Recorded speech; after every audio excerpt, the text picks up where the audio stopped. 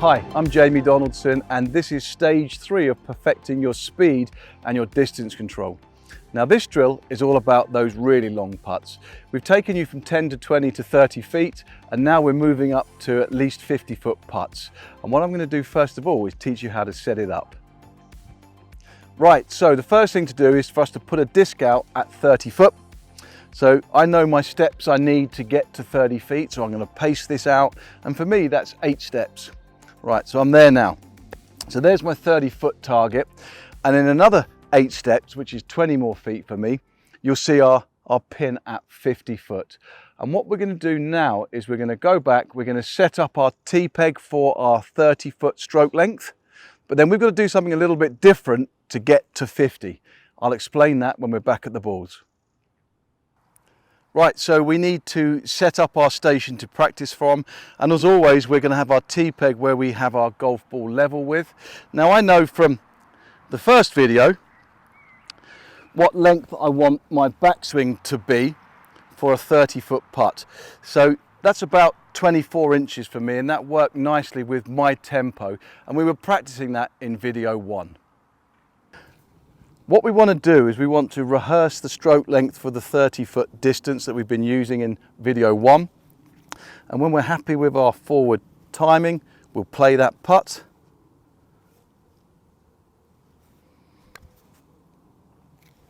Okay, so that's pretty straightforward for our 30-footer.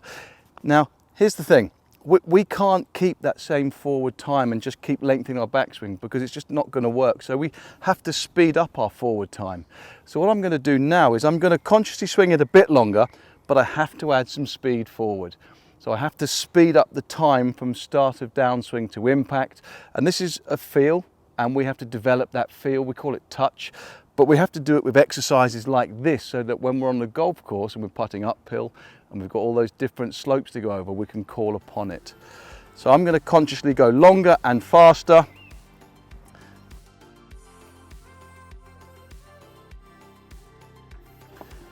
I'm now going to alternate between the 30 and the 50-foot target, hitting a putt to each, and that's a total of 10 putts. That'll leave 5 balls by the 30-foot distance and another 5 balls up by our 50-foot flag. And here's the thing, I've then got to go and hole out all of those putts. So we're going to add some pressure to this drill in as much as we have to finish off what we leave. It's no good hitting a bad speed at this stage because then we're going to leave ourselves with a sizable second putt. We need to add the pressure because we've got to create some ability that we take to the golf course.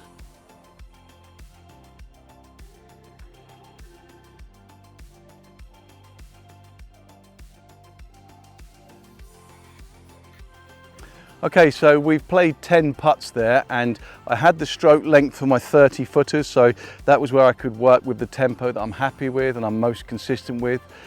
Then it brought us to the long putts, and we can see here that a couple of these have left me with about 4.5 feet to save my 2-putt, and I've got to finish all of these off because I want to add the pressure element to the drill.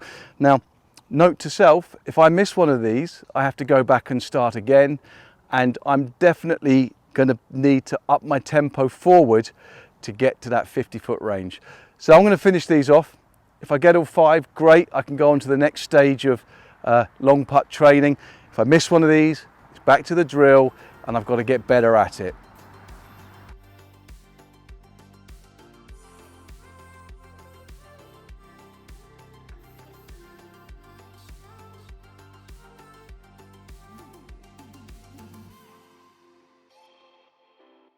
Okay, so I really started to feel the pressure on those last couple of putts. This was quite a big breaking putt for a short putt, but 2 of those were 5 feet away. Now, I know that's within 10%, but it doesn't make it an easy putt. So I did well there. I've managed to complete by holing out those 5 in a row, but remember the jeopardy. If you miss one, you've got to go back and do it all again. If you're 3 putting, it's because you're not good enough with that first ball speed. So you've got to stay there a bit longer.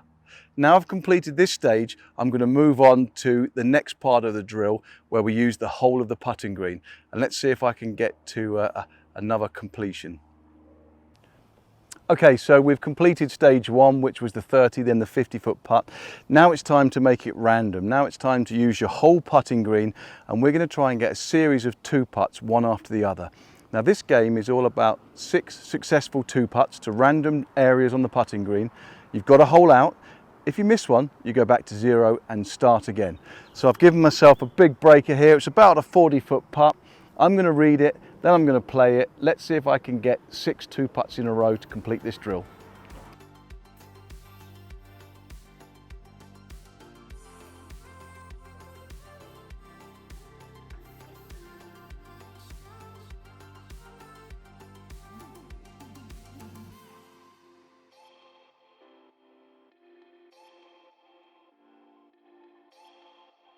Okay, so this will be my 6th in a row, which is good because they've all been pretty tough putts across this green, massive slopes, quick greens.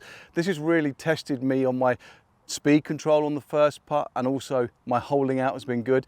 So I've got a 2-footer here to complete this drill, and then I'm going to tell you about a bonus level if you get to this stage quickly. So let me just hole out. There we go, so drill complete. And if you get to that level, why don't you try doubling the miss of your first putt and then seeing if you can get to 6 putts in a row.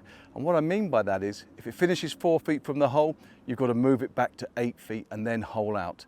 This is a very tough drill. If you've got to this stage where you're now doubling, it means you're pretty good, but now we need to put it under some serious pressure and maybe create the kind of pressure that you experience in a competition or a club tournament.